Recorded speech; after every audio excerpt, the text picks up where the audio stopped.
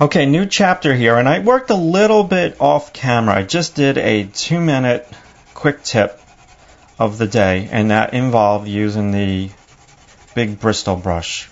So as I'm working on this DVD, I'm doing some video for promotion as well.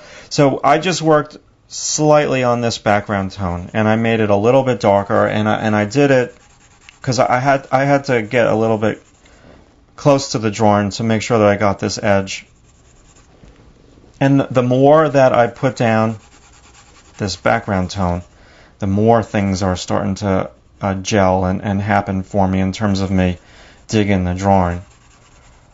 So gradation and reverse gradation, going back to the first section of the DVD is so very key, so very important to the look and feel of the drawing, and you really want to pull from what the old masters did. And I know I can whip out any book right now on my little bookshelf to the left and pull out a book. Let's say it's going to be on Ang, I-N-G-R-E-S. Look at one of his paintings, and you'd see a reverse gradation. No doubt about it, you'd see a reverse gradation. So it's so very important that you, whether you're going to do the reverse gradation or not, it's very important that you just have simple gradations scattered around your drawing and or your painting, because gradations just get rid of flatness. There's nothing flat about a gradation. So I'm even doing a gradation in the light. So you can see down here now with this, I don't know how sharp it is on your TV screen, or I don't know how sharp it is on the computer, but this is much, much, much, much more number 9 than it is number 10, okay, in terms of the value. And this is going to be darker than this, and that will really, again, 3-value study. I'm trying to incorporate 3 values, and I don't want my third value. I usually just tell my students, third value is just going to be your dark line. But I don't think on this one I want the third value to be the dark line. I want the third value to be the atmosphere background. And that third value is going to be my dark.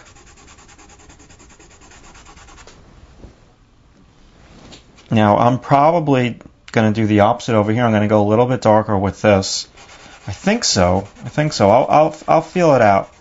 I could go dark with the background over here, or I can just go dark with the statue. And I'm manipulating the values. I'm not matching them 100%. I'm matching them over here, yes. But in part of this CastDrawing project, I am manipulating the values, because in the end, this thing is going to be my illustration, my piece of fine art. So, you know, when you work on your piece of fine art, no one could dictate to you how it's going to look in the end. It's a piece of artwork. You decide that. And you can mix and match all the rules. You can break the rules. You can do whatever you want.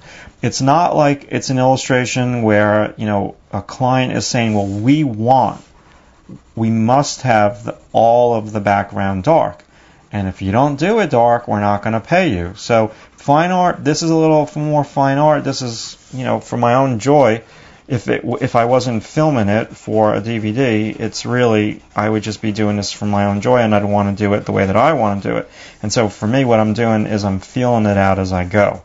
And I don't want to be too pre-planned with it. I mean, I know certain things are pre-planned.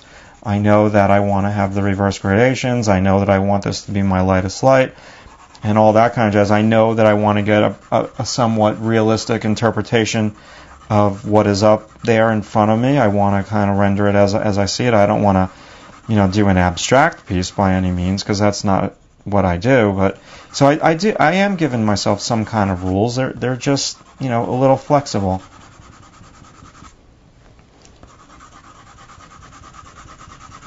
Now, so far, we're almost coming down now to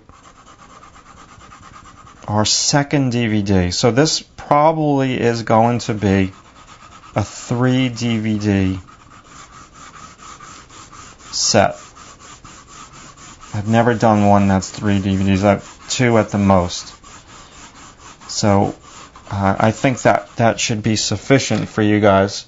And then if I feel I want to add bonus, it's the bonus footage will be the texture, and I'll really get into that in bonus footage.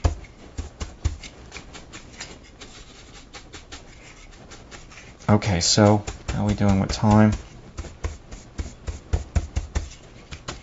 Okay, now I'm digging this. Now it's starting to work. I've said that a few times, and I could spend a whole day on this drawing. I really can. Just got to be careful. I want to keep it interesting for you, so I'm trying to do this in as short of a period as I possibly can. Now, let's mix it up a little bit. We've done a lot of this tone. Let's mix it up and work a little bit now on the interior. I'm going to wait until I get my bridge so I don't smudge this too much. So let's just do a little bit more in this chapter without the kneaded eraser. Let's work with this eraser so I don't have to smudge the piece. Now this is a no-no. I'm going way too light down here with this, and that's okay. I'm going to smudge it out.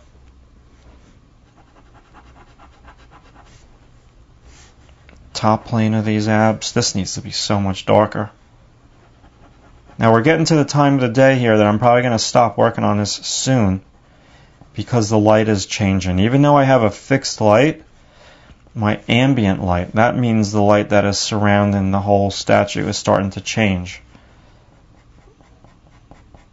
So I've got to be careful here that I don't work too much today.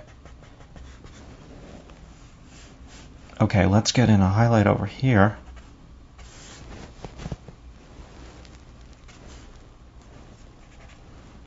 And let's just pull some of this. This I gotta be cautious with because this is my texture part. So I want to leave some of the smudges there. I don't want to start to just go in and randomly pull out. This is very light. I feel like I'm finally getting warmed up after drawing the entire day, and now I gotta stop soon. Gotta stop for many reasons. One, because of the light, but two, I gotta get this thing edited for all the members on Drawing Tutorials Online. I want to get some new content up there, so I'm going to be editing for the rest of the day.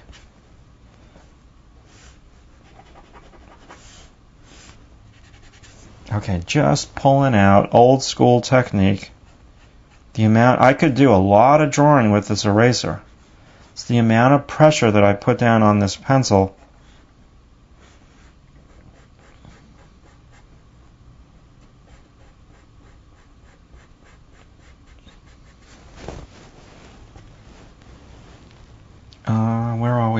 Where are we? Now let's brush all these eraser crumbs off. This we want to do right away as I kind of brush them all onto my keyboard. Beautiful. And I could come in with a smaller brush, but I'm not going to do that. I'm going to use my finger. I want to have some texture. I don't want it so smooth, even though it is smooth. I like texture.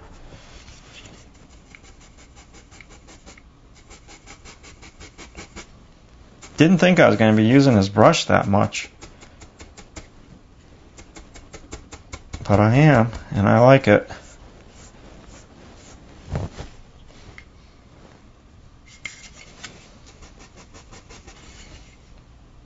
Okay, let's come back and start to chisel this ab area.